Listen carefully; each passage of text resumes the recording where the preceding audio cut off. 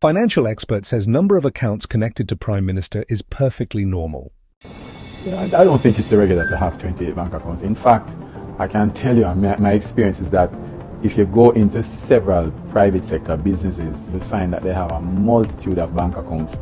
Some of them inactive, some of them they're using, but people own bank accounts for specific purposes. So it's not unusual for people to do multiple activities. If you're doing multiple activities, then obviously, one of the ways I find that people, especially non-accountants, try to reconcile their business is by having payments through different bank accounts. Accountants, for example, might have one account and then you reconcile and adjust between, but many people, it's not unusual for them to do that.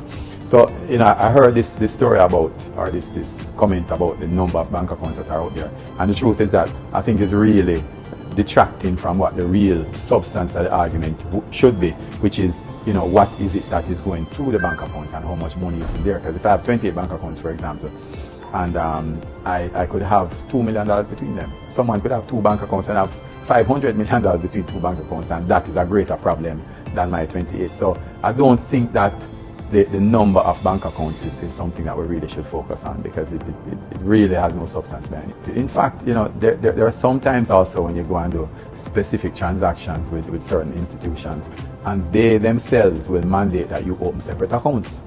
So therefore, sometimes it's not because of your own choosing why you want a new account, but they will say, listen, in order for you to do this product, right, or for you to do this investment or use this different company, I want another account.